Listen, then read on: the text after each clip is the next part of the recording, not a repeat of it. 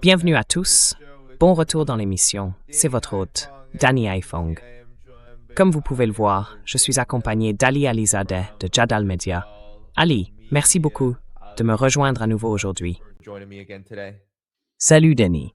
Merci beaucoup de m'avoir invité. Je suis vraiment heureux d'être ici avec toi et tes téléspectateurs. Oui, c'est vraiment génial de te retrouver, Ali. Bon, passons aux dernières nouvelles, d'accord? Tout le monde, appuyez sur le bouton « J'aime » pendant qu'on parle. Cela aide à ce que cette vidéo soit largement partagée. Alors, commençons par ceci, Ali. Les informations de dernière minute concernant ce qui s'est passé au Qatar et en Arabie Saoudite la nuit dernière. L'Iran, comme promis, a riposté après qu'Israël a frappé le site gazier de Pars Sands, le plus grand du monde. Ils avaient annoncé qu'ils allaient viser des sites gaziers et pétroliers dans toute la région. Et c'est exactement ce qu'ils ont fait. Voici un bref reportage d'ABC News sur ce qui s'est passé, puis nous aurons d'autres mises à jour et de nouveaux développements provenant de diverses sources au sujet de la riposte iranienne. Mais voici le reportage.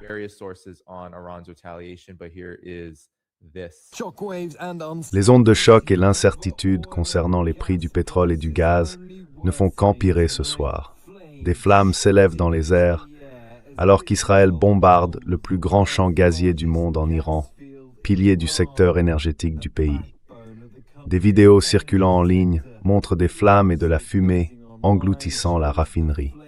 L'action d'Israël intervient quelques heures seulement après que les États-Unis ont largué plusieurs bombes anti-bunkers de 2300 kilos sur des sites de missiles iraniens le long de la côte dans le détroit d'Ormuz.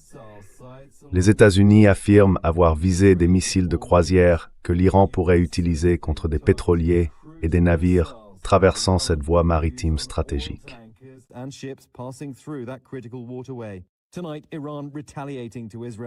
Ce soir, l'Iran riposte à l'attaque d'Israël contre ses champs gaziers par un barrage furieux de missiles à travers la région.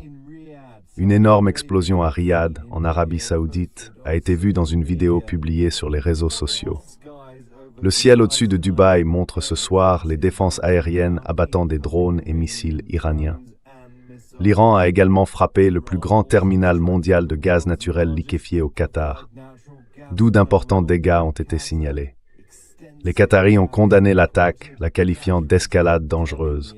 L'Iran a lancé ce soir un nouvel avertissement sévère, déclarant « Si vous attaquez nos installations pétrolières et gazières, nous ferons de même. »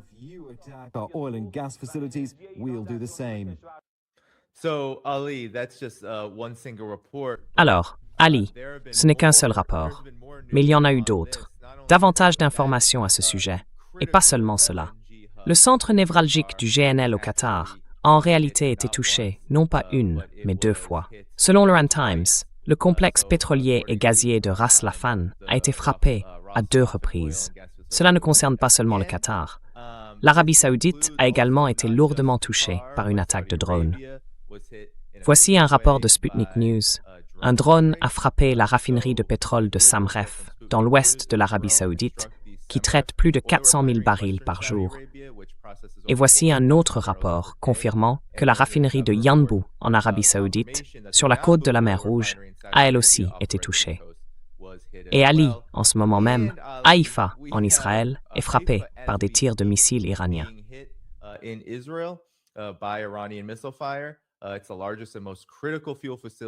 C'est la plus grande et la plus importante installation de carburant, fournissant entre 50 et 60% du carburant d'Israël. Maintenant, Ali, alors que tout cela se déroule, et j'aimerais simplement connaître ta réaction, nous avons un F-35 suspecté d'avoir été endommagé par des tirs iraniens. Il a effectué un atterrissage d'urgence dans l'espace aérien iranien. Et pendant que tu parles, Ali, j'aimerais connaître ta réaction à tout cela, car cela semble être un moment très critique pour le monde. Les prix du pétrole montent en flèche, bien au-dessus de $100 le baril pour le Brent. Le New York Times affirme que la crise économique pourrait être pire que celle de 2008. Quelle est ta réaction face à ces événements et à la manière dont la guerre évolue jusqu'à présent? maintenant que tout cela se déroule.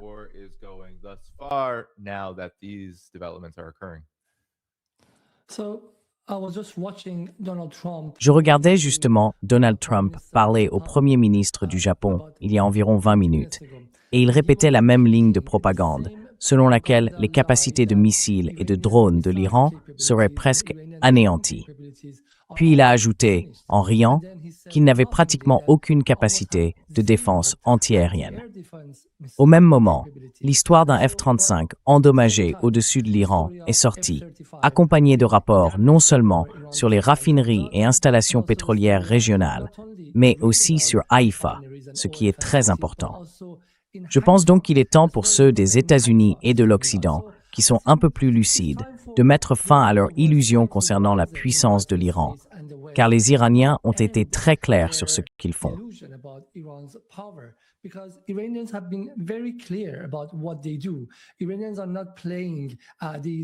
Les Iraniens ne jouent pas à ces jeux vraiment compliqués et rusés, comme le fait Donald Trump. Ils sont très directs. Ils disent ce qu'ils veulent faire, puis ils le font. Monsieur Marandi, qui est souvent intervenu dans votre émission, a déclaré l'année dernière, pendant la guerre des 12 jours, et même avant cela, que si leurs installations pétrolières étaient jamais visées, ils prendraient d'abord le Qatar pour cible. Les gens se sont moqués de monsieur Marandi. Je me souviens que Piers Morgan lui avait dit « Oh, vous parlez beaucoup. Vous dites beaucoup de choses, mais aucune n'a de sens. » Eh bien, où est Piers Morgan maintenant pour constater que le message que Marandi transmettait de la part des militaires et des décideurs iraniens a été exécuté exactement comme annoncé?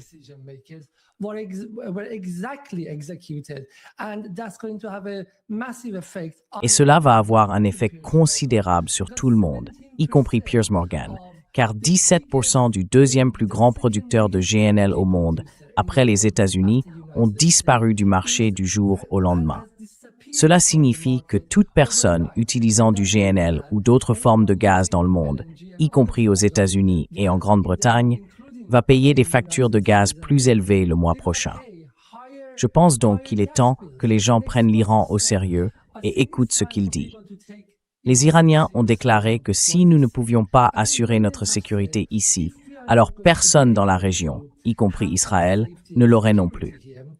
Alors, que s'est-il passé au cours des dernières 48 heures? Si vous me le permettez, laissez-moi résumer. Israël, qui n'obtenait presque aucun résultat à part bombarder des habitations civiles. Et ils en ont fait beaucoup. Ne vous me prenez pas.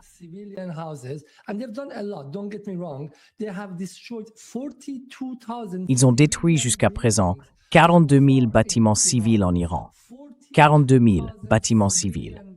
Des pâtés de maisons entiers où vivaient des gens ont été anéantis. En ce sens, ils ont commis de nombreux crimes de guerre. Mais en termes d'objectifs militaires réels, ils n'ont rien accompli. Il y a environ 2 jours, ils ont assassiné Ali Larijani, le chef du Conseil national de sécurité iranien. C'est très important, car cet assassinat constitue une violation flagrante du droit international. Lorsqu'ils assassinaient des personnes comme Yahya Sinwar et d'autres membres du Hamas, la pseudo-explication était que ces individus appartenaient à une organisation désignée.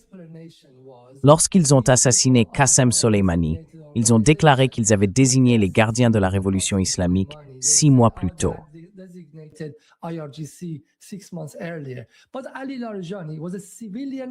Mais Ali Larijani était un homme politique civil qui n'avait aucun lien avec une organisation terroriste. L'assassiner en plein centre de Téhéran était un véritable crime de guerre, une violation de toutes les lois internationales. Aucun pays occidental ne l'a condamné. La deuxième chose, c'est qu'Israël présente ces attaques comme une forme de guerre fondée sur l'intelligence artificielle, des guerres intelligentes orientées par l'IA. Mais laissez-moi vous dire que la manière dont ils ont assassiné Larijani et le lendemain, lorsqu'ils ont assassiné Khatib, le ministre du renseignement en Iran, n'avait rien à voir avec des guerres intelligentes. Pour localiser où ils se trouvaient, ils ont identifié 6 ou 7 emplacements possibles et les ont tous bombardés à l'aveugle.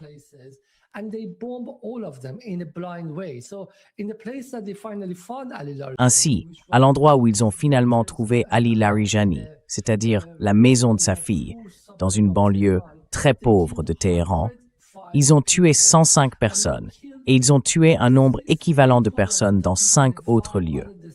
Donc 400, 200, 300 personnes tuées juste pour attraper un seul homme politique iranien. Et c'est ce qu'ils appellent une guerre intelligente. Après l'assassinat d'Ali Larijani, ils ont pensé que puisqu'il était de facto la personne la plus puissante, en quelque sorte, celui qui dirigeait l'État selon leur récit, cela allait produire un moment de choc et d'effroi, et qu'il pourrait avancer de manière plus agressive. C'est alors qu'ils se sont tournés vers le champ pétrolifère de South Pars, parce qu'ils pensaient que les Iraniens étaient un peu désorientés, et que c'était le moment de les frapper durement pour les pousser à ne pas réagir, à rester désemparés.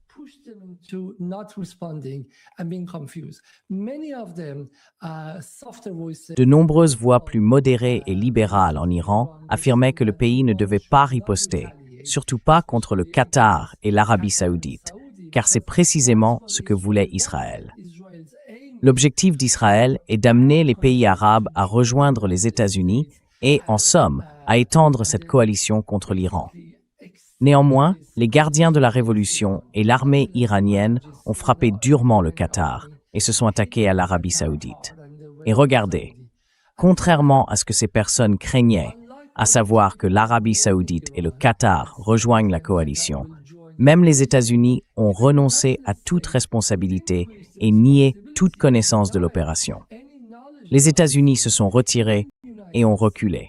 C'est cela qu'il faut comprendre.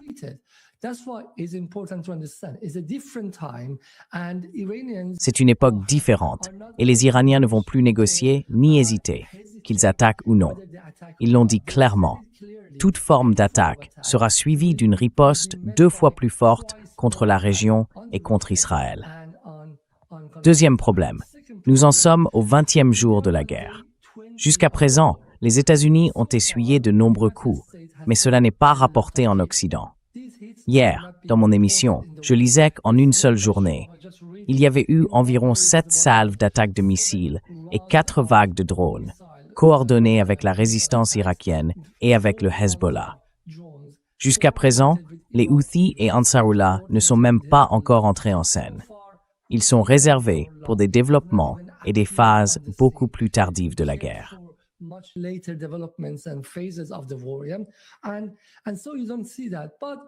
Et donc, tu ne vois pas cela. Mais jusqu'à présent, les bases américaines sont presque terminées. Si cela ne tenait qu'à Trump, il aurait fermé toutes les bases américaines dès demain et quitté la région. Mais je suis d'accord, Israël n'a pas encore été suffisamment touché, et c'est important. Tant qu'Israël ne ressentira pas assez de douleur, cette guerre ne se terminera pas. Personne en Iran ne s'attendait à ce qu'Israël ressente cette douleur avant environ le 30e ou le 35e jour. Les Iraniens ont été très clairs. Ils disent qu'ils démantèlent les anneaux de défense aérienne d'Israël couche par couche, et que cela va prendre du temps. La dernière fois, pendant la guerre de 12 jours en juin 2025, il leur avait fallu environ 8 ou 9 jours pour les neutraliser.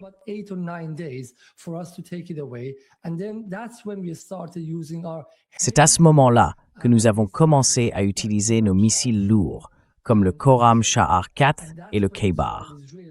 C'est alors que les Israéliens ont ressenti la douleur et ont demandé un cessez-le-feu. Ils ont même poussé Trump à en négocier un. Cette fois, cela prendra plus de temps, car les Israéliens étaient préparés. Ils disposaient de beaucoup plus de missiles anti-aériens. Et donc, ce n'est que maintenant que la douleur pour Israël commence. Au cours des 2 ou 3 derniers jours seulement, les Iraniens ont sorti les missiles lourds. Et ce n'est que maintenant que l'on entend parler de dégâts majeurs sur des infrastructures et installations israéliennes importantes. Hier, ils ont frappé la gare de Tel Aviv. Aujourd'hui, ils ont visé la raffinerie de Haïfa.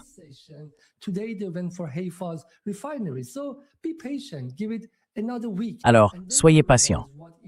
Donnez-leur encore une semaine et vous verrez ce que les Iraniens sont capables de faire.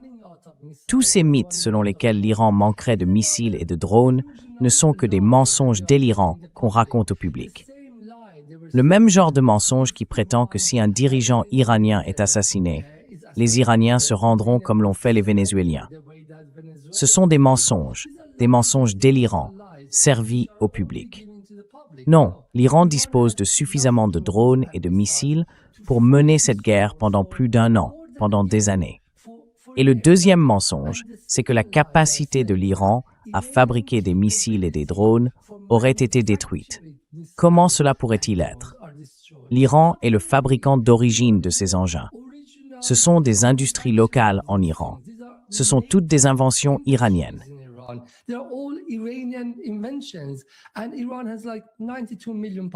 Et l'Iran compte environ 92 millions d'habitants, dispose de ressources minérales suffisantes et produit tout ce dont il a besoin. C'est un pays autarcique, un pays autosuffisant, grâce à 14 ans de sanctions et 47 ans d'isolement vis-à-vis des États-Unis. Oui, l'Iran aurait peut-être manqué de missiles si vous l'aviez attaqué en 1987, lorsqu'il était encore un jeune État. Mais aujourd'hui, après 47 ans d'isolement, l'Iran ne manquera jamais de rien, car il est capable de tout produire par lui-même. L'Iran n'achète pas ses missiles à la Chine ou à la Russie.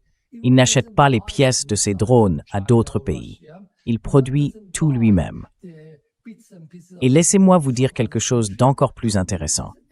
Pendant que nous parlons, aujourd'hui, c'est le 20e jour, au cours des 20 derniers jours, les Iraniens ont déjà amélioré leurs drones.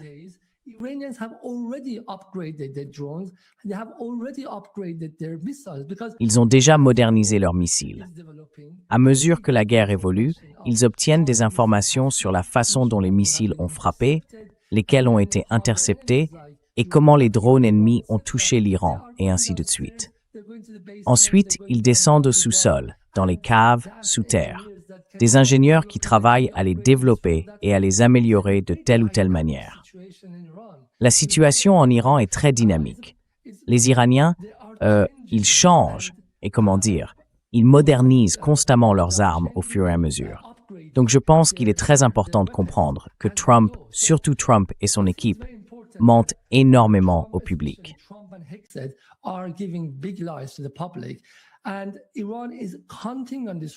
Et l'Iran compte sur le fait que cette guerre soit très longue. Personne au sein de l'establishment iranien n'est pressé d'y mettre fin.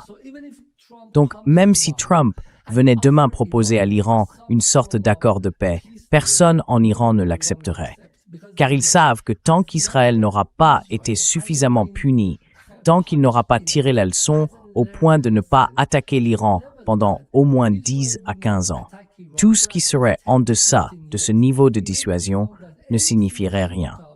Ce ne serait d'aucune utilité. Et laissez-moi vous dire pourquoi, d'un point de vue strictement politique, une grande partie des infrastructures iraniennes a été endommagée.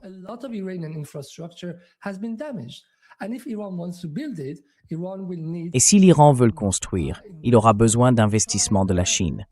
L'Iran aura besoin d'investissements venus d'ailleurs. Et qui investirait dans un pays exposé à la possibilité d'une nouvelle invasion ou d'une attaque dans 2 ou 3 ans? Surtout dans les infrastructures pétrochimiques et pétrolières de l'Iran. Elles nécessitent des investissements à long terme. Même avant cette guerre, parce qu'elles étaient épuisées et vieillissantes à cause des sanctions, l'Iran voulait 15 ans de stabilité. Tant que l'Iran n'aura pas rétabli sa capacité de dissuasion pour une bonne dizaine ou quinzaine d'années, cette guerre ne prendra pas fin. L'Iran n'est pas pressé d'y mettre un terme.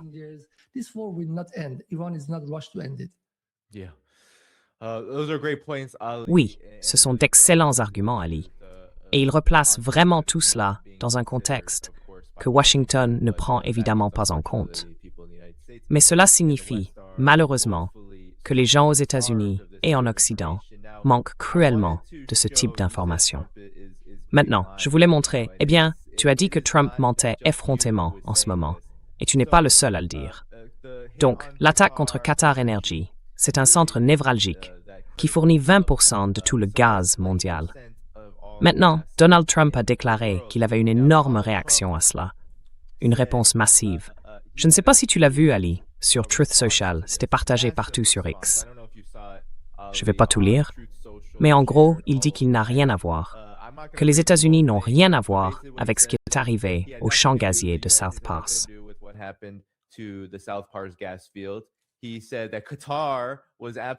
Il a dit que le Qatar n'avait absolument rien à voir avec tout cela. Alors pourquoi serait-il frappé? Il a promis qu'Israël ne viserait plus les sites énergétiques. Et bien sûr, il a menacé de bombarder South Pass encore plus durement si l'Iran ne cessait pas ses attaques contre les sites pétroliers, gaziers et énergétiques de la région. Puis il dit qu'il ne le fera pas, en raison de l'impact que cela aurait sur le peuple iranien, affirme-t-il. Maintenant, je voulais montrer cela, Ali, parce que c'est en totale contradiction avec ses propos. Le Wall Street Journal a publié aujourd'hui un article expliquant que dans toute la région du Golfe, des missiles terrestres ont été utilisés contre l'Iran depuis le début. En fait, depuis le 20 février, lors de la frappe initiale.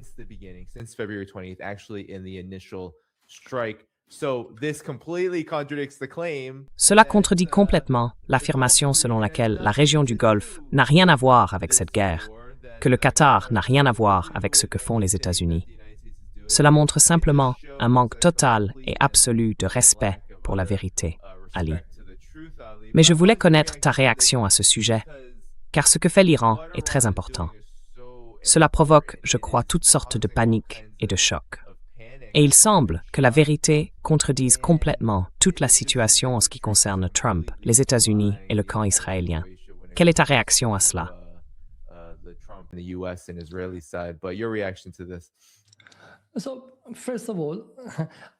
Alors, tout d'abord, tous ces pays ont quelque chose à voir avec cette guerre, car pendant de nombreuses années, ils sont restés passifs et ont profité du fait que l'Iran soit sanctionné et malmené par les États-Unis. Ils ont tous cru que le manque d'action et la retenue de l'Iran étaient un signe de faiblesse.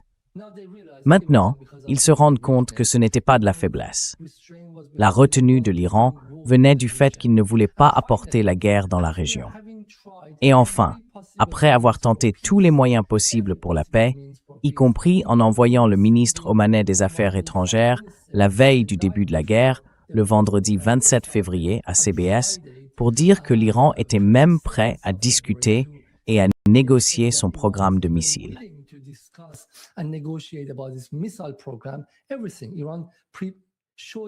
Tout. L'Iran a fait preuve d'une bonne volonté absolue. Et quand la guerre a commencé, je ne sais pas combien de personnes l'avaient déjà dit, il était clair que ce serait une guerre régionale. Maintenant, laissez-moi vous donner un exemple. Ces raffineries de South Pars extraient du pétrole et du gaz du champ de South Pars. Ce champ est un gisement pétrolier et gazier conjoint, partagé entre l'Iran et le Qatar. Depuis 20 ans, à cause des sanctions, l'Iran n'a pas réussi à achever ses installations d'extraction de gaz et de pétrole, tandis que les Qataris, eux, l'ont fait. Les chiffres sont fous. Ils atteignent environ 600 ou 700 milliards de dollars, selon certains.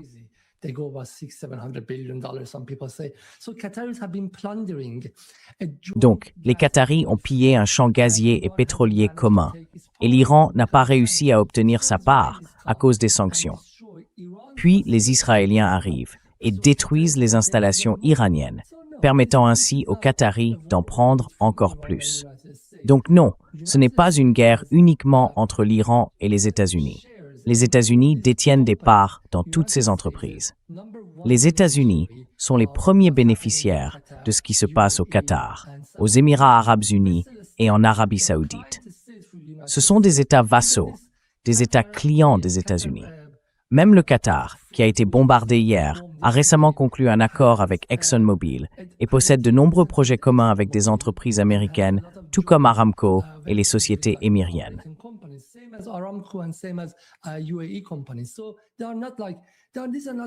Donc, il ne s'agit pas de pays arabes souverains qu'un Iran aurait envahis. Regardez, toute leur sécurité est assurée par les États-Unis. Ce sont des États des États-Unis, à la différence qu'au moins le Wisconsin a un sénateur au Sénat et quelques représentants, tandis que le Qatar n'a aucun représentant au Congrès américain.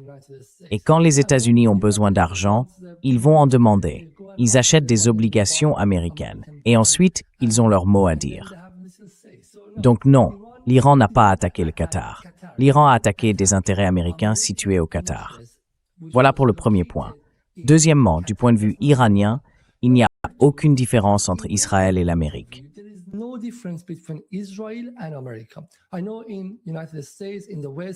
Je sais qu'aux États-Unis, surtout à l'Ouest, beaucoup de gens, moi y compris, disent que l'Amérique a été détournée par Israël.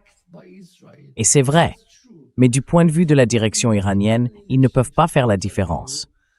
Ils disent « Un missile nous frappe dans le cadre d'une guerre conjointe entre Israël et l'Amérique. Nous ripostons contre les deux. Nous ne pouvons pas faire la distinction.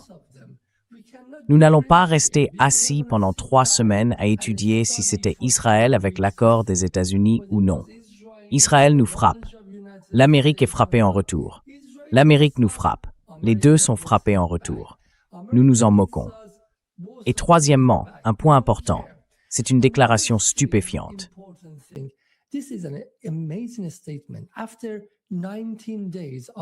Après 19 jours, durant lesquels Trump affirmait que l'Iran avait été anéanti, que l'Iran n'existait plus, que l'Iran ne signifiait rien, que l'Iran était comme un ex-Iran, que les missiles iraniens ne venaient plus. Soudain, il arrive d'une manière très très polie, presque désolée, haussant les épaules et disant « Je ne savais pas. Je ne savais pas. S'il vous plaît, ne frappez plus. Soyons francs, ne frappez plus. » Bien sûr, à sa manière, à la fin, il doit montrer son côté intimidateur et dire « Si vous frappez, je vais riposter. » Mais que pouvez-vous faire, Monsieur Trump? Que pouvez-vous faire?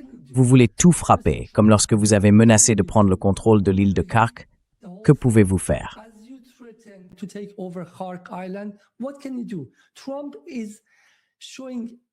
Trump fait preuve d'un manque embarrassant de finesse et de profondeur politique, car il avance des affirmations que le lendemain, s'il avait consulté l'un de ses militaires, pas Peter Hegseth, qui est un cinglé, mais l'un de ses généraux les plus expérimentés de l'armée, on lui aurait dit « Ne dis pas ça ». Permettez-moi de vous donner quelques exemples. Exemple numéro 1. Le bombardement des installations pétrolières de l'île de Khark. Vous savez ce qui se passerait s'il faisait cela? L'eau autour de l'île de Khark, dans le golfe Persique, serait complètement polluée, ce qui signifie qu'elle ne pourrait plus être utilisée pour le dessalement. L'Iran s'en moque. Seulement environ 2% de son eau provient d'usines de dessalement, alors qu'environ 70% de l'eau du Golfe provient du dessalement.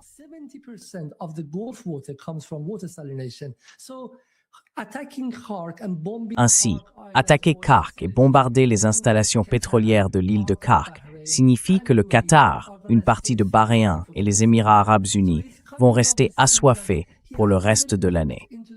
Il invente des choses dont il n'a même pas examiné les conséquences. Deuxièmement, le plus étonnant et ironique, c'est qu'éliminer le pétrole iranien et détruire les raffineries iraniennes signifie qu'il y aura moins de produits pétrochimiques, moins de pétrole et moins de GNL dans le monde en général. Que se passe-t-il alors? Les prix augmentent. C'est pour cela que Trump permet à l'Iran d'exporter son pétrole. C'est assez drôle. Alors que l'Iran a imposé des sanctions à tous ces pays arabes, et que l'Iran, un pays qui a souffert de sanctions pendant 14 ans, est maintenant sanctionné par l'Occident, il déclare « plus de pétrole pour vous ». Mais les États-Unis restent silencieux, laissant les pétroliers iraniens aller où ils veulent.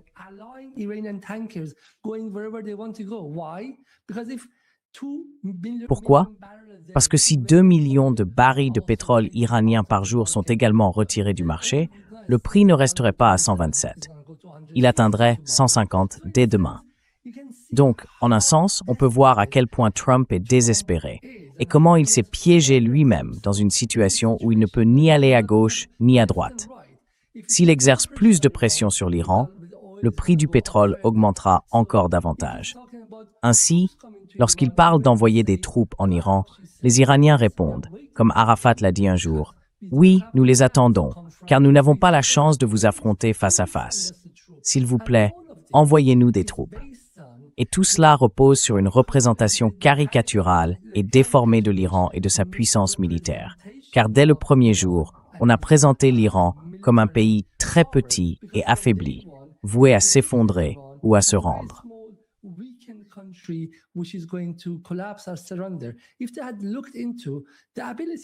S'ils avaient examiné les capacités de l'Iran, à quel point son armée était enracinée et autonome, et à quel point la structure de commandement était décentralisée, ils ne seraient pas entrés en guerre dès le départ.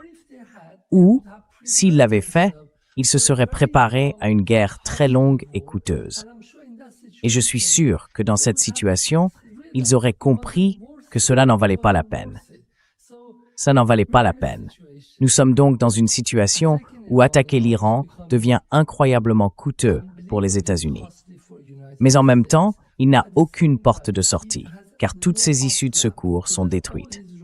Il doit donc attendre, en perdant de plus en plus, surtout sur le plan économique, au cours des 3 ou 4 prochaines semaines, sans pouvoir faire quoi que ce soit de concret à ce sujet.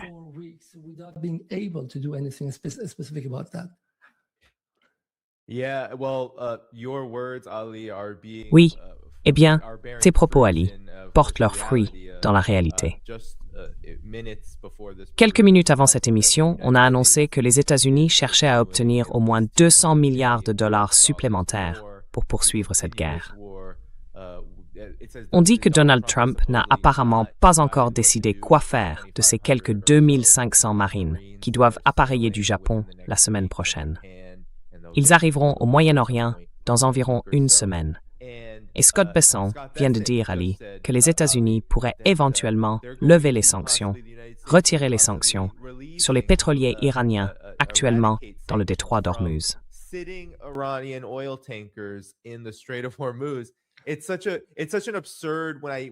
C'est tout simplement absurde. Quand j'entends ça, je pense à une absurdité totale. Mais quelle est votre évaluation de tout cela? Parce que ce sont bien les types de manœuvres que les États-Unis entreprennent réellement. Nous avons vu le F-35 abattu, nous voyons leur incapacité à protéger militairement tous ces sites gaziers et pétroliers. Mais sur le plan des manœuvres politiques, nous les voyons aussi s'enraciner. Une tentative de s'accrocher malgré toutes ces crises qui s'accumulent. Quelle est votre analyse de cela? Pourquoi les États-Unis s'obstinent-ils malgré tous ces problèmes? Vous avez dit qu'il n'y avait pas de voie de sortie. Eh bien, voici la voie qu'ils choisissent. Non, il n'y a pas de voie de sortie.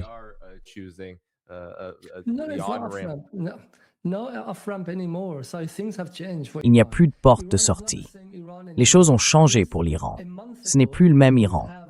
Il y a un mois, cela aurait vraiment poussé les Iraniens, surtout avec les luttes internes dans le pays et les différentes factions, à faire pression sur la direction, en disant « Allez, c'est incroyable, nous devrions saisir cette offre, aller vers le conflit avec les États-Unis, normaliser les relations, désamorcer la situation. » Aujourd'hui, les choses ont changé et Trump a tout bouleversé. Trump a assassiné un dirigeant spirituel iranien. Et cela, en soi, est quelque chose qui ne peut pas être compensé par la levée des sanctions. Ses partisans, au moins 20% de la société iranienne, n'accepteront aucun accord de ce type comme une porte de sortie, pour commencer.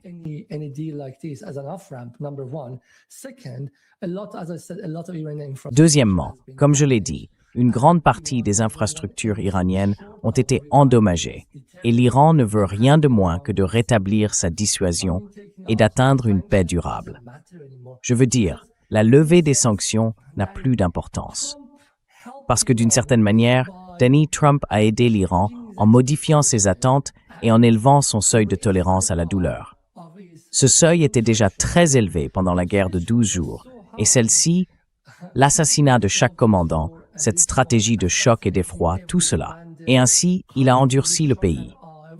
Maintenant, en un sens, l'Iran est à l'épreuve du terrorisme, à l'épreuve des assassinats, parce qu'il a connu une douleur si aiguë en perdant sa direction lors d'une attaque très surprenante.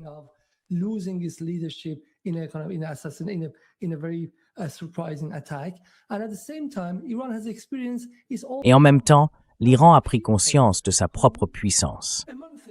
Aujourd'hui, les gens qui, il y a un mois, auraient dit « Ne nous engageons pas dans une grande guerre avec une superpuissance », ont découvert tout le potentiel de l'Iran. Il y a un mois, même moi, je n'aurais pas pensé que le contrôle étroit du détroit d'Ormuz soit plus puissant qu'une bombe nucléaire. Je fais partie de ceux qui soutenaient que l'Iran devait acquérir l'énergie nucléaire pour sa dissuasion. Et maintenant, je pense que l'Iran n'en a pas besoin. Son détroit d'Ormuz est plus fort que n'importe quelle bombe à hydrogène. Et nous ne le savions pas. Et l'Iran ne renoncera pas à cela. Le monde doit donc comprendre qu'à partir de maintenant, l'Iran contrôle le détroit d'Ormuz.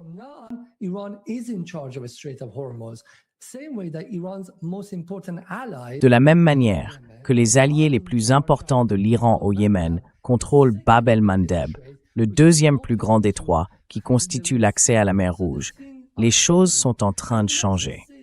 Les États-Unis auraient pu éviter cela s'ils avaient cédé ne serait-ce qu'un peu, un pouce, à l'Iran il y a un mois. Allez lire tout cela. Des informations circulaient indiquant que les Iraniens avaient été absolument coopératifs en janvier et en février et qu'ils ne voulaient vraiment pas de cette guerre. C'est donc Trump qui a créé cette guerre. Trump a forcé l'Iran à mener une guerre d'existence et maintenant l'Iran l'a acceptée et ne l'abandonnera pas tant qu'il n'aura pas atteint son objectif, à savoir une mesure punitive suffisamment profonde contre l'Amérique et Israël pour instaurer une paix durable.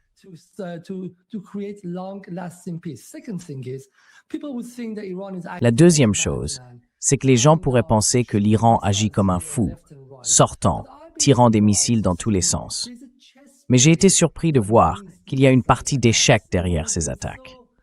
L'Iran a été d'une précision incroyable. C'est fascinant à observer. J'ai déjà critiqué beaucoup de ses actions, mais maintenant, je vois que c'est presque comme tisser un tapis iranien, avec une précision extrême. Il n'attaque pas simplement des endroits pour effrayer les pays du Golfe, il vise en réalité la base du pétrodollar, le fondement du système financier américain.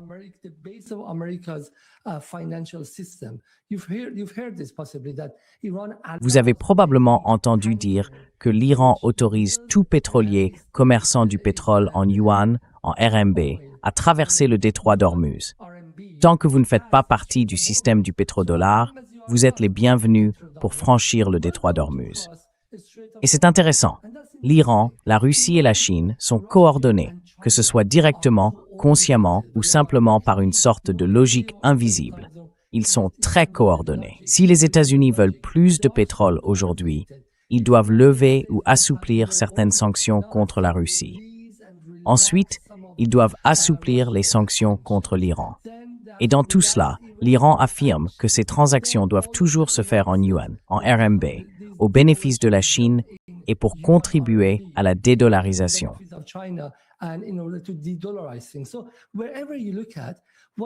Où que l'on regarde, quoi que fassent les États-Unis, cela se retourne contre eux. C'est ce qui est intéressant. En passant une fois de plus de cette guerre très intense, il semble que Donald Trump ait, sans le vouloir, accéléré le cours de l'histoire, car celle-ci se dirigeait déjà vers la multipolarité. Et Trump, par sa stupidité, n'a fait qu'accélérer ce processus, accélérer la dédollarisation, accélérer l'affaiblissement et le déclin de l'Empire américain. Je suis certain qu'à la fin de cette guerre, beaucoup de choses qui auraient pris 3 ou 4 ans auront déjà été accomplies en termes de déclin de l'Empire américain. Encore un point que vous avez mentionné.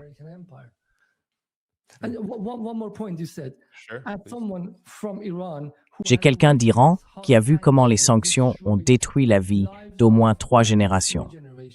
J'ai vu comment 3 ou 4 millions d'Iraniens ont quitté le pays à cause de ces sanctions. Comment elles ont paralysé les universités et la recherche iranienne.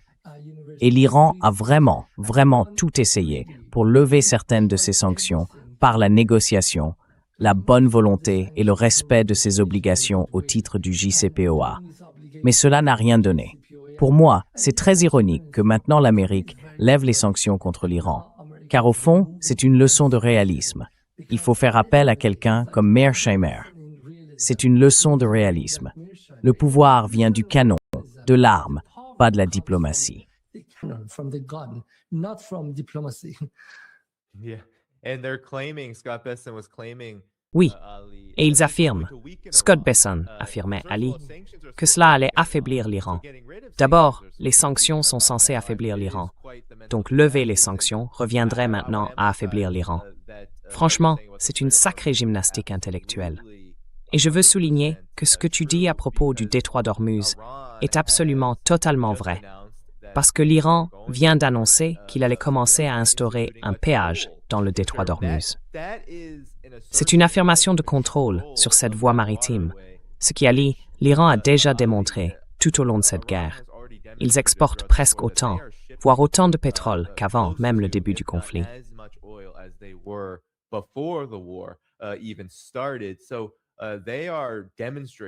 Ainsi, par ces actions, ils démontrent non seulement qu'ils en ont le contrôle, mais qu'il s'agit d'une déclaration majeure, non seulement pour le peuple iranien, mais pour le monde entier. Cela signifie que l'ensemble de l'économie mondiale a changé à cause de l'agression américano-israélienne.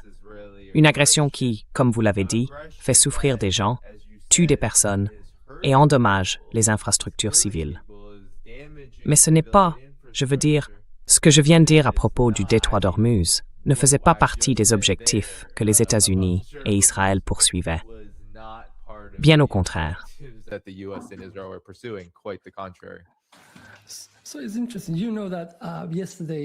C'est donc intéressant.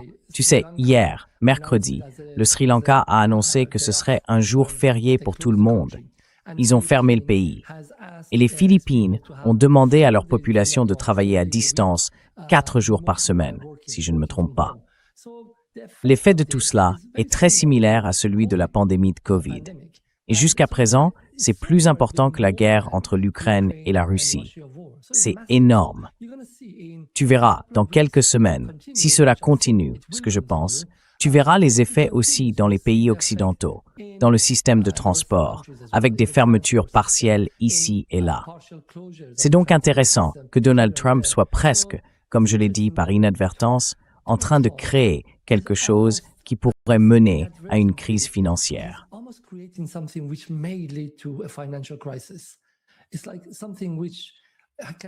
C'est quelque chose qui peut avoir un impact immense, et il n'y a même pas pensé avant d'y aller. C'est pour cela que les pays européens sont tellement en colère contre lui. Ils sont en colère parce qu'ils vont en payer le prix d'une manière ou d'une autre. S'ils le rejoignent, ce qu'ils ne feront pas, car ils savent que l'Iran les punira aussi, alors ils paieront le prix dans tous les cas. Et en réalité, il n'est même pas possible d'ouvrir le détroit d'Ormuz. Un jeune de 18 ans avec un lance-roquettes portatif pourrait fermer le détroit d'Ormuz. Donc, parler de l'ouvrir est une plaisanterie. S'ils interviennent, c'est un autre problème.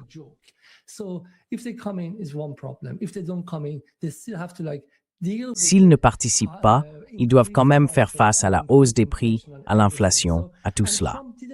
Et Trump n'a négocié avec aucun d'entre eux. Selon le Wall Street Journal, seules 4 personnes faisaient partie de l'équipe de négociation et de prise de décision. Rubio, Paxton, je crois Vance, Witkoff et Jared Kushner. Un très petit groupe discutait avec Trump de l'attaque et de la manière d'attaquer. Ainsi, il a imposé des conséquences massives pour Israël et pour le monde entier, sans même passer par les institutions américaines habituelles. Comparez cela à la guerre d'Irak en 2003, qui était une autre guerre illégitime et illégale imposée par les États-Unis. Mais à l'époque, George W. Bush, qui était un autre va-t-en-guerre, devait au moins passer par le Congrès, devait passer par le Sénat.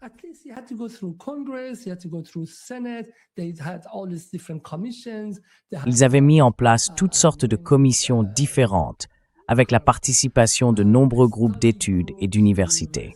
Ensuite, ils se sont adressés aux Nations Unies. Puis Colin Powell est venu et a tenté de convaincre le Conseil de sécurité à ce sujet. Ils ont parlé aux Européens. Chirac a célèbrement dit non, et cela a marqué la position officielle entre l'Europe et l'Amérique. Néanmoins, ils n'ont pas réussi à rallier la Grande-Bretagne. Tony Blair a suivi. Donc au moins, ils ont respecté 100 fois plus de procédures que cette fois-ci. Et même à l'époque, je me souviens, j'étais beaucoup plus jeune. Je commençais tout juste à participer au mouvement anti-guerre. Les gens disaient que ce n'était pas suffisant, que l'Amérique devait former une véritable coalition mondiale. Ce n'était pas une vraie coalition mondiale.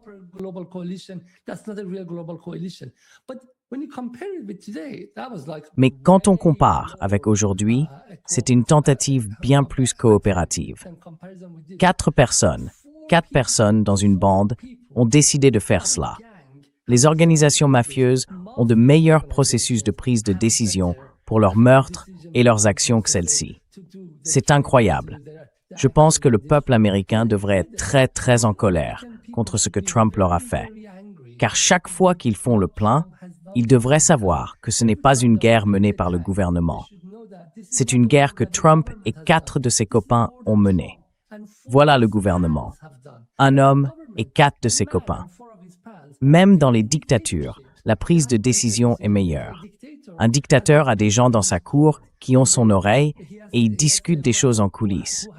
C'est incroyable.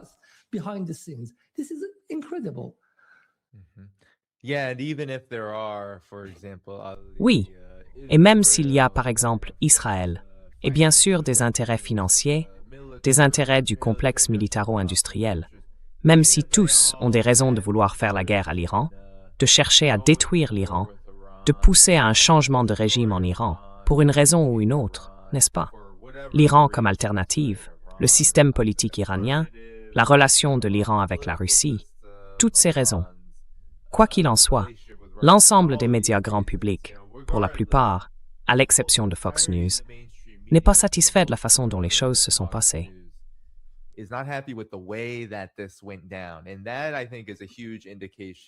Et cela, je pense, est une indication majeure de ce que tu viens de dire.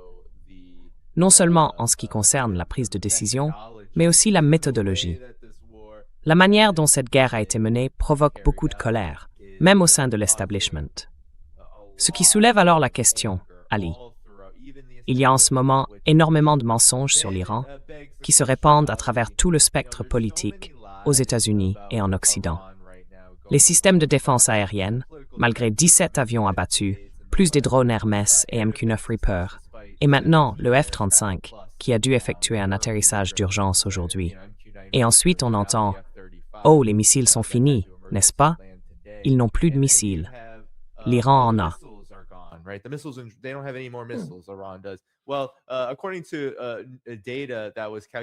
Eh bien, selon les données calculées ici, l'Iran a en réalité, le 18 mars, enregistré autant de frappes de missiles et de drones en termes de volume qu'au début de cette guerre. Donc ce n'est pas vrai. Et puis bien sûr, l'Iran, il y a la domination aérienne, toutes ces contre-vérités qui circulent en ce moment, Ali. D'un point de vue militaire, il semble qu'il y ait une vaste campagne visant à présenter l'Iran comme trop faible. Je me demande, pourquoi tu penses que c'est le cas? Et à quoi nous pouvons exactement nous attendre à partir de maintenant? Parce que l'Iran affirme qu'il va continuer encore et encore. Et certains se demandent maintenant si ces frappes de missiles et de drones ne deviennent pas plus fréquentes ces derniers jours. Peut-être que l'Iran a encore plus d'atouts dans sa manche que ce que nous avons vu jusqu'à présent. Maybe Iran has even more up its sleeve than what we've seen thus far. Il n'est pas forcément nécessaire que cela prenne plus d'ampleur. Souviens-toi, Danny, que durant les premières semaines des actions de l'Iran, il n'avait qu'un seul objectif. Et cet objectif était d'épuiser les missiles anti-aériens des États-Unis et d'Israël. Et maintenant, nous savons que Dubaï dispose de très peu de défenses anti-aériennes restantes. La plupart des bases américaines en manquent. Et Israël commence à manquer de nombreuses couches de ces systèmes de missiles anti-aériens. C'est pourquoi l'Iran peut désormais déployer ses missiles légèrement plus coûteux. C'était la stratégie depuis le premier jour. Les Iraniens qui se trouvent derrière les lanceurs ne suivent même pas l'actualité. Ils n'y prêtent même pas attention.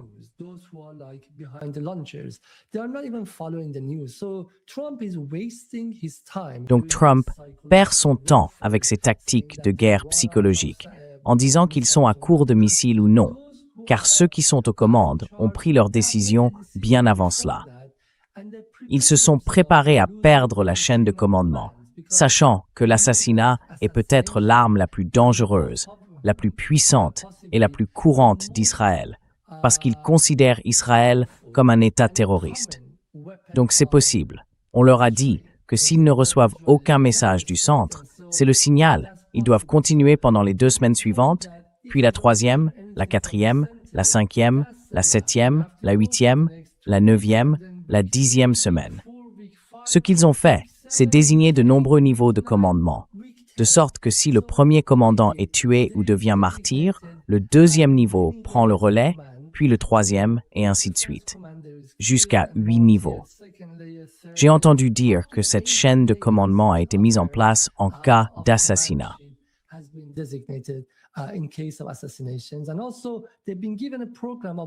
Et on leur a également donné un programme pour les prochains mois.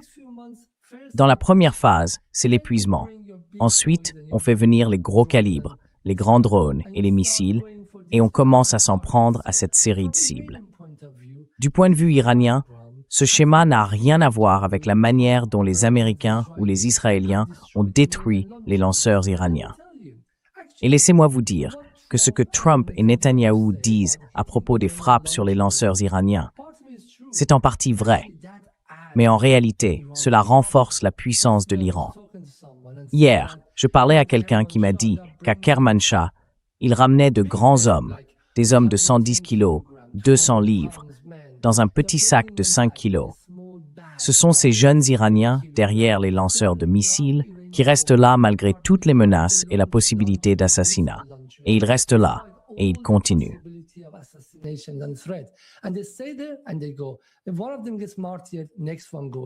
Si l'un d'eux devient martyr, le suivant prend la relève. Un lanceur est détruit, ils en sortent un autre des dépôts. C'est cette résilience essentielle que possède ce pays. C'est pourquoi il est absurde de penser que l'Iran est fait de missiles et de drones. L'Iran est fait de personnes dotées d'une immense résilience et d'une volonté de résister. Résister parce qu'elles défendent leur pays contre des agresseurs.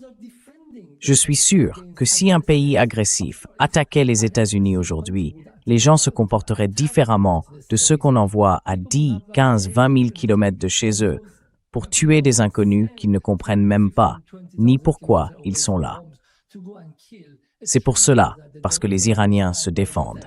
Et c'est une idéologie forte.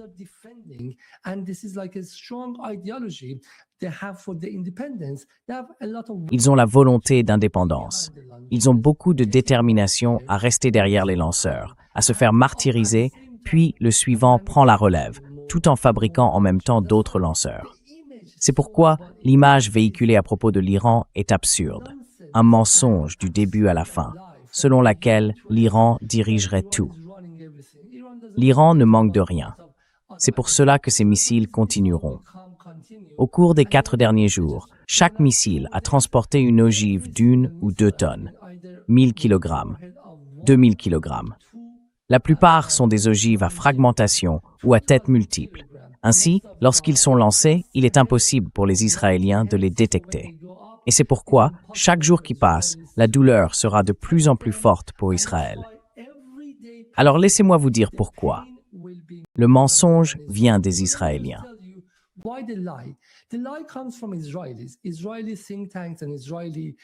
Les think tanks israéliens et les médias proches d'Israël racontent ces mensonges à Trump et à son administration, car Israël estime qu'à chaque jour qui passe dans cette guerre, il parvient à détruire davantage d'infrastructures iraniennes et à affaiblir durablement la puissance de l'Iran.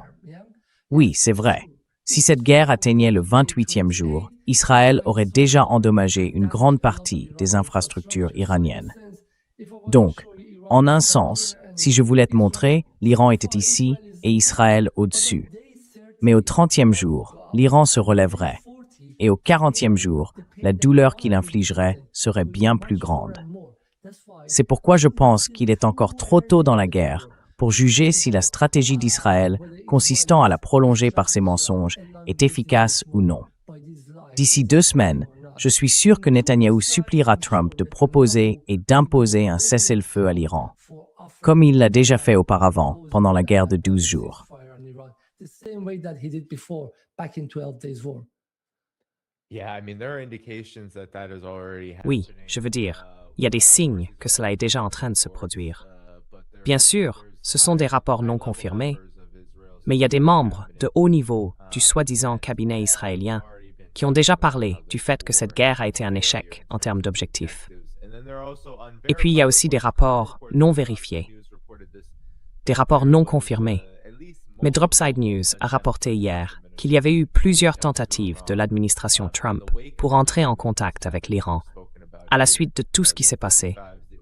Les F-35, le ciblage du pétrole et du gaz par l'Iran. Et bien sûr, l'Iran est resté très ferme dans son approche, à savoir, nous n'en avons pas fini tant que nous n'aurons pas obtenu ce que nous voulons. Cela nous amène donc à Ali. Je voulais te demander, alors que nous approchons de la fin de l'émission, tu as mentionné qu'il s'agissait d'une guerre régionale.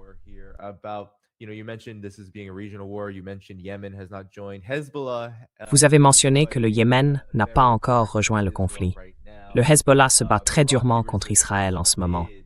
La résistance irakienne, bien que le CENTCOM américain dise le contraire, a revendiqué la destruction d'un KC-135. Autrement dit, nous avons une guerre régionale en cours. Je ne vois pas comment les États-Unis, Ali, peut-être pouvez-vous nous aider à comprendre, comment les États-Unis et Israël peuvent gagner une telle guerre, surtout alors que tous les éléments ne sont même pas encore entrés en jeu.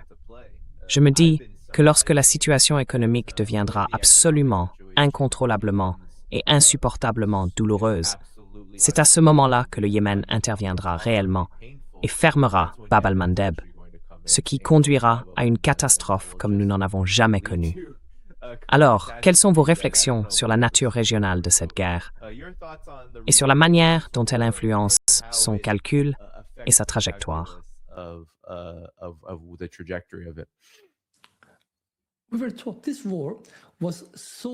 Cette guerre a été vendue aux États-Unis par la répétition d'un mensonge, relayé par de nombreuses personnes, y compris certains libéraux aujourd'hui opposés à la guerre, affirmant que l'Iran avait été affaibli après l'assassinat du martyr Saïd Hassan Nasrallah, ainsi qu'après l'effondrement de l'État d'Assad en Syrie et sa fuite vers la Russie. Ils n'ont cessé de dire que l'Iran était faible, faible, faible, et cette prétendue faiblesse est devenue le prétexte pour Trump d'attaquer. Et que voyons-nous maintenant? Le même Hezbollah affaibli, celui qui était censé être affaibli et entièrement désarmé, a en réalité paralysé Israël. Je veux dire, dans le nord d'Israël, et pas seulement dans le nord, le Hezbollah tire des roquettes et des missiles sur Tel Aviv, plus de 200 missiles au cours des 2 premières semaines. C'est incroyable.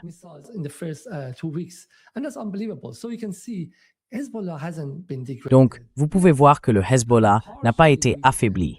Oui, peut-être partiellement affaibli, mais ce sont des groupes de résistance. Et l'armée iranienne est un État militairement résistant. La résistance ne peut jamais être anéantie, car elle est dans le, comme Trump aime le dire, l'ADN du peuple. Si vous êtes attaqué, envahi et occupé, vous avez toutes les raisons et la volonté de riposter. C'est pourquoi le Hezbollah n'a pas été affaibli. Et vous pouvez voir que c'est ce que nous avons fait. La résistance irakienne, dont on ne cessait d'entendre dire qu'elle était finie, disparue, et qu'il fallait l'intégrer au reste de l'armée irakienne. La résistance irakienne a tellement agi que l'Amérique a fini par être expulsée du pays. Vous vous souvenez, juste la semaine dernière, à peu près, à la même heure, ils ont d'abord donné un avertissement aux Américains pour qu'ils gardent un profil bas. Puis ils réalisent que non, c'était trop dangereux.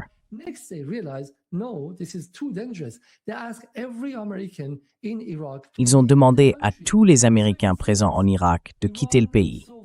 Donc en un sens, l'Iran, jusqu'à présent, avec l'aide de la résistance irakienne, a libéré l'Irak des vestiges de l'occupation américaine. Et c'est très important. Si l'Iran parvenait à éliminer les bases américaines restantes en Irak, car l'Irak reste encore un pays partiellement occupé, ce serait une grande victoire. Cela signifierait que, enfin, après environ 23 ans, avec l'aide de l'Iran, le peuple irakien pourrait jouir de la liberté et de la libération vis-à-vis des Américains. C'est le deuxième point. Et comme je l'ai dit, l'absence d'Ansarullah a intrigué beaucoup de gens. Ansarullah n'a pas encore besoin d'intervenir. Son entrée dans cette guerre devrait provoquer un choc et une stupeur.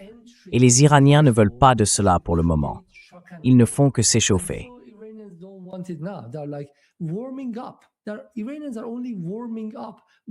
Les Iraniens ne font que s'échauffer avec un plan à très long terme. Ansarullah interviendra quand l'Iran voudra prendre l'avantage. Pour l'instant, l'Iran cherche simplement à s'imposer et à stabiliser sa position. Ansarullah viendra pour la phase finale, comme je l'ai dit. Mais revenons en arrière. Tu m'as demandé tout à l'heure à propos de Trump et des médias. Dans sa publication sur Truth Social il y a 2 jours, il a mentionné les mauvais médias de fausses nouvelles, comme le New York Times et les journaux de la gauche radicale, comme le Wall Street Journal. Donc, en un sens, il faudrait être très délirant pour qualifier le Wall Street Journal de journal de gauche, sachant qu'il appartient à Murdoch. Murdoch est un homme qui, je ne sais pas si tu le sais, dîne régulièrement en privé avec Donald Trump.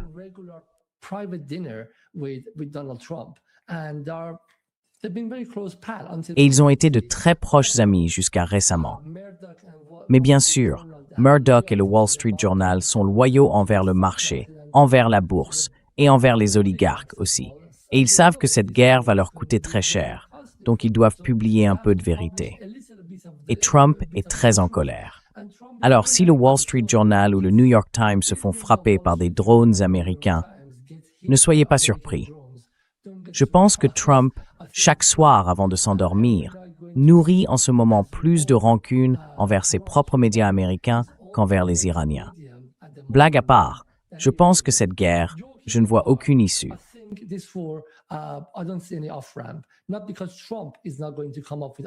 Pas parce que Trump ne va pas proposer une porte de sortie, mais parce que les Iraniens ne sont pas disposés à l'accepter, comme je l'ai déjà dit. La seule possibilité pour les Iraniens, la fin de cette guerre, viendra lorsqu'il y aura suffisamment de résistance à l'intérieur des États-Unis, à la fois de la part du mouvement anti-guerre, mais aussi au sein du MAGA. Et même dans certaines parties de l'establishment de la classe dirigeante américaine, qui constatent à quel point le fait d'être pris en otage par Israël nuit à leurs intérêts. Ce n'est même pas comme la guerre de 2003, lorsque le complexe militaro-industriel profitait des ventes au Qatar, à l'Arabie saoudite et à Bahreïn. Ces pays ne vont pas acheter à l'Amérique aujourd'hui.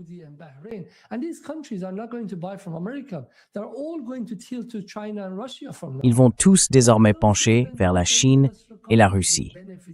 Donc je ne pense même pas que le complexe militaro-industriel en tire beaucoup de bénéfices. Je pense qu'Israël est celui qui en profite le plus. Et tant qu'il n'y aura pas assez de résistance pour libérer les États-Unis des chaînes de cette prise d'otages israélienne, je ne pense pas que cette guerre puisse se terminer correctement. Mais c'est une occasion.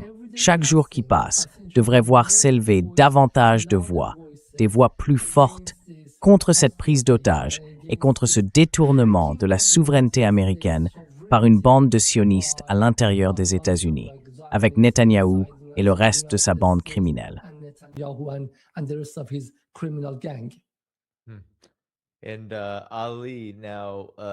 Et Ali, maintenant, enfin, cela vient tout juste de se produire, et je viens de remarquer les rapports à ce sujet. Les États du Golfe, cherchant à éviter une guerre régionale, se sont réunis après les frappes iraniennes contre les sites énergétiques saoudiens, qataris, les plus importants, mais aussi koweïtiens. Ils se sont unis pour condamner l'Iran. Mais maintenant, la situation s'aggrave encore. L'Arabie saoudite déclare que la patience dans le Golfe n'est pas illimitée. Et le ministre saoudien des Affaires étrangères affirme que les voisins régionaux disposent de capacités importantes pour répondre à l'agression de l'Iran.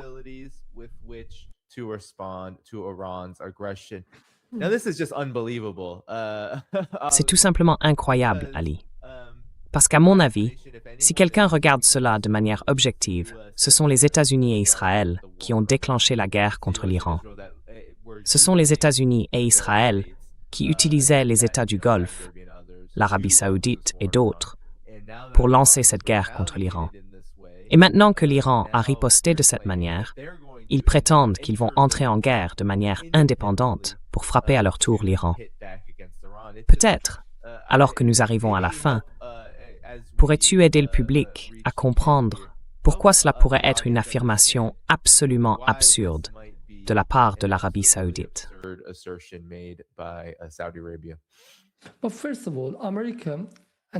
Eh bien, tout d'abord, l'Amérique et Israël effectuent environ 2000 sorties par jour.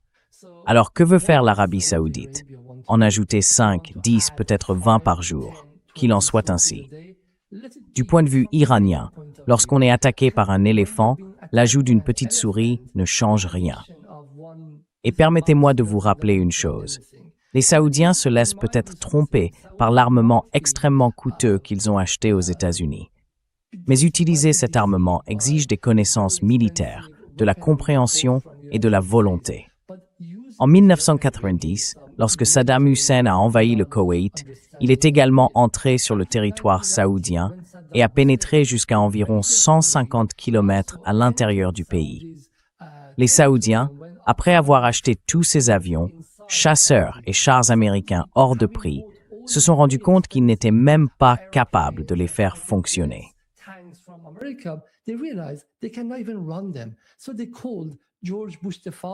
Alors, ils ont appelé George Bush, le père, et l'ont supplié de venir dans la région pour les sauver. Et il est venu, il a installé ses bases à l'intérieur de la terre islamique sacrée d'Arabie saoudite, ce qui a causé beaucoup de problèmes aux Saoudiens par la suite. Et à la fin, il leur a envoyé un chèque de 150 milliards de dollars. Je ne pense donc pas que le fait que les Saoudiens disent que leur patience est limitée ou illimitée change quoi que ce soit. Et comme je l'ai dit, Ansarullah attend une organisation très déterminée qui a perdu environ 370 000 de ses membres dans la guerre que l'Arabie saoudite leur a imposée entre 2015 et 2020.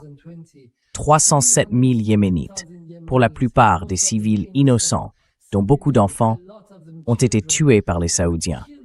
Si les Saoudiens entrent dans cette guerre, Ansarullah serait immédiatement activé.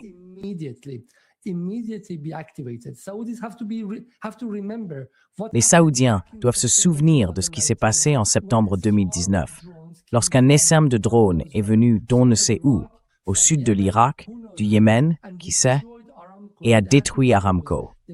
Ils ont dû fermer les plus grandes raffineries et installations pétrolières pendant des semaines.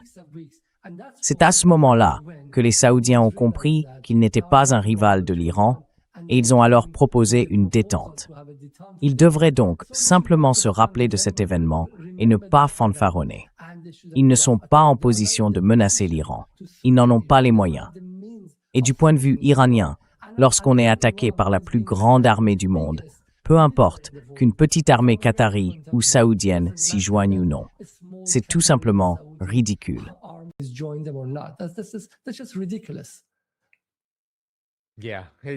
Oui, ça ne semble rien changer, à part peut-être une approche un peu cosmétique de tout cela. Eh bien, Ali, veux-tu ajouter quelque chose?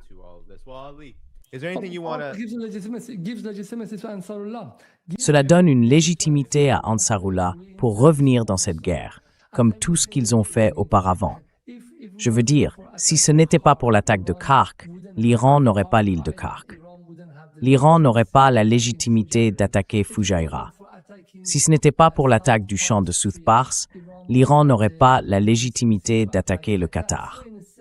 Donc, en un sens, chaque action qu'ils entreprennent les enfonce de plus en plus dans le bourbier. Je pense que s'ils restent silencieux et stables, ce serait mieux, car jusqu'à présent, l'Iran n'a rien fait de manière préventive. Et si j'ai une minute, beaucoup de gens critiquent l'État, demandant pourquoi ne pas avoir attaqué préventivement les États-Unis, alors que tout le monde savait que Trump allait attaquer l'Iran.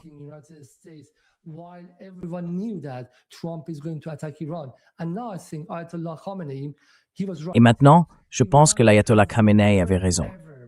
L'Iran n'a jamais, au grand jamais, déclenché une guerre de manière préventive. L'Iran affirme, et je pense que cette affirmation est absolument véridique, que toutes nos guerres, non seulement au cours des 47 dernières années de la République islamique, mais depuis 1812, ont été des guerres défensives. Toutes ont été menées pour nous défendre.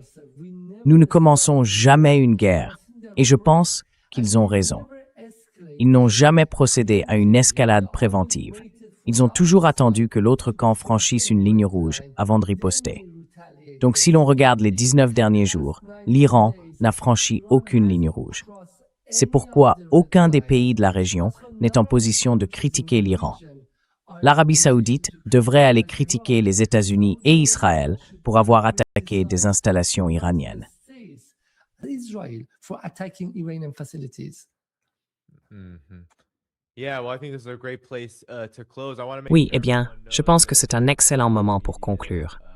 Je veux m'assurer que tout le monde sache que Jadal Media, le lien est dans la description, étiqueté ici, afin que vous puissiez le suivre. Assurez-vous de suivre le travail d'Ali. Tout le monde, cliquez sur le bouton « J'aime » avant de partir. Cela aide à faire connaître l'émission. Je veux remercier tous ceux qui ont envoyé des super chats et autres, y compris les mots gentils pour Ali. Merci pour votre adhésion, merci pour vos commentaires. Ali, quelque chose que tu veux dire au public avant qu'on parte? Ali, anything you want to say to the audience before we head out of here? I think, the gang of criminals. Je pense, tu sais, que la bande de criminels, la bande de ceux qui ont fait chanter les politiciens en Amérique, a joué avec le feu. Et tout le monde, toi et moi y compris, Danny, nous allons payer pour ce feu. En plus d'assister à la mort d'enfants innocents en Iran aujourd'hui, en plus de voir davantage de civils en payer le prix, ce sont aussi les classes ouvrières du monde entier, à travers le globe, qui vont en subir les conséquences. Donc je trouve un peu décevant de ne pas avoir vu des millions de personnes descendre dans la rue pour s'opposer à cette guerre.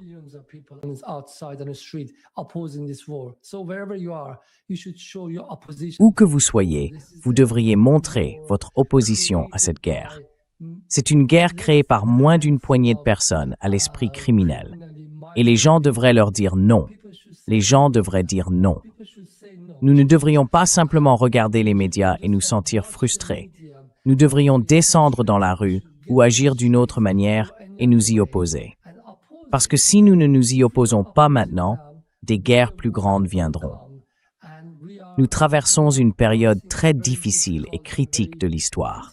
C'est comme passer d'un ordre mondial à un autre. Et si les gens ne s'y engagent pas plus sincèrement, nous aurons de plus en plus de guerres sanglantes.